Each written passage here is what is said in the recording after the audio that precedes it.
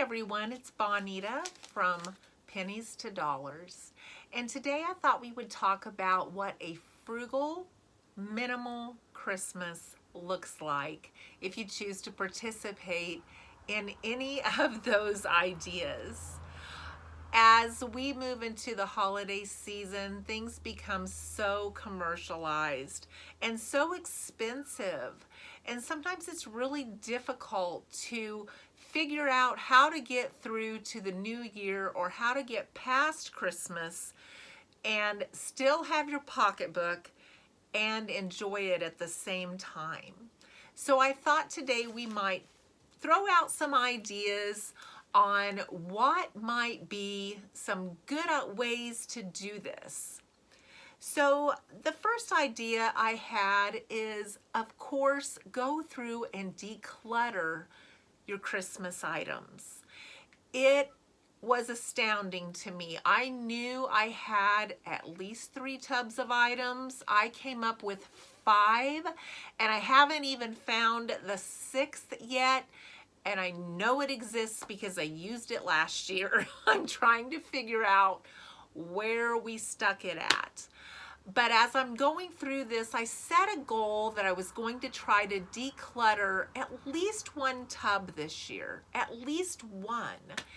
And I got a lot of things out of there that I really could not care any less about. Things that I've had for a long time that I never choose to put out, that I never want to use. They're never my favorite, and yet I still had them packed in those crates year after year, just digging around them. So this is a great time to go through things and figure out what you don't want to keep, because this is a great time to donate those items to the thrift shops that are accepting Christmas items right now. If you wait too much longer, you'll be stuck with them a whole nother year.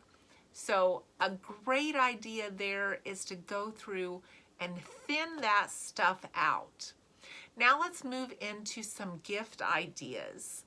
I always ask everyone what they would like. I feel like if I start out there, I'm not getting things they don't want or something that's just going to take up space, something else they're going to store, something that cost me money, and they really don't want or need this.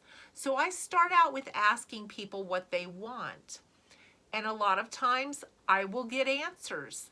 And I have my kids send me links if it's something that they want in a specific color, a specific size, a certain brand.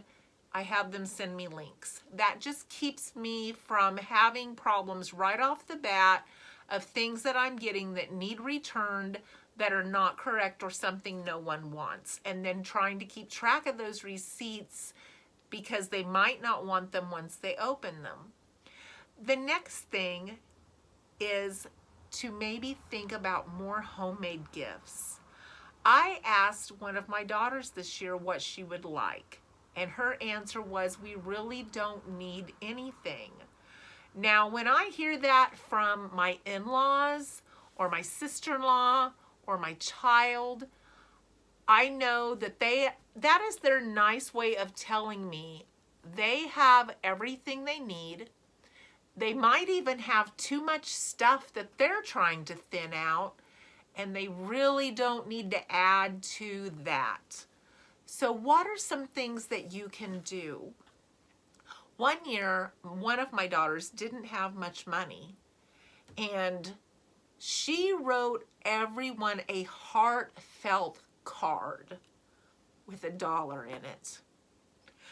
We didn't even want to spend that $1. And that card is still hanging up for everyone to read. It was that heartfelt that I wanted to keep that card, even though that was the only thing I got from her. It still chokes me up because it was really, really a thoughtful gift. The second thing is maybe hand make anything. And I'm not that crafty, but I have received some amazing handmade gifts over the years. So I'm going to give you those suggestions in case they might be helpful.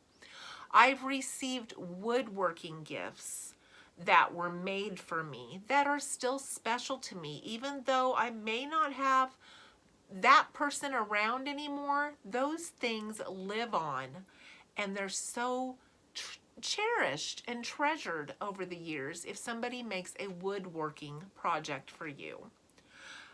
Bath salts were made for me one year by my daughter-in-law and my grandkids, and it was so pretty.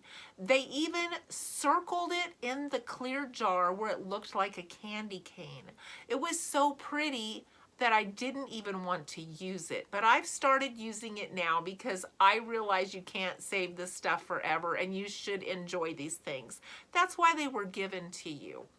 But then she added some peppermint fragrance to it to even make it smell like a peppermint. What an amazing gift. What a fun craft to do with your kids, maybe for a grandparent or something who says, I don't need anything. It was very, very treasured. Another thing that I did when I didn't have much money growing up is I had the skill or the talent to be able to embroidery. I embroidered monogrammed pillow slips for everyone in my family, and it took me forever. And one of my brothers even wanted like his name, and he chose the embroidery thread and had me do his name across his jean jacket. Now this was back in the 80s, but he loved that and he wore that for the longest time. So handmade gifts, they're so heartfelt. They're so treasured. It's a way to do things and not spend money and still have a very, very lovely Christmas. Now, if you're good at quilts or you're good at crocheting, I have had some awesome scarves given to me that I still wear. I had a daughter that made me a scarf, I think a couple of years, and they're beautiful, and I get so many compliments on them. She taught herself how. I've had some embroidered cross-stitch framed items given to me that were counted cross-stitch, that were things that I still treasure, that I still have on my wall. These are just a few ideas, and I'm sure you have a lot more. But as you can see, you don't have to spend a lot on Christmas. You just have to put thought into it. The thought really is what matters. So I hope this has helped you today and maybe inspired you to be a little more frugal this Christmas and maybe put a little bit more thought into those gifts rather than just spend your hard-earned money that maybe needs to be spent somewhere else. I can guarantee you, you both will be winners in the end. Have a happy holiday.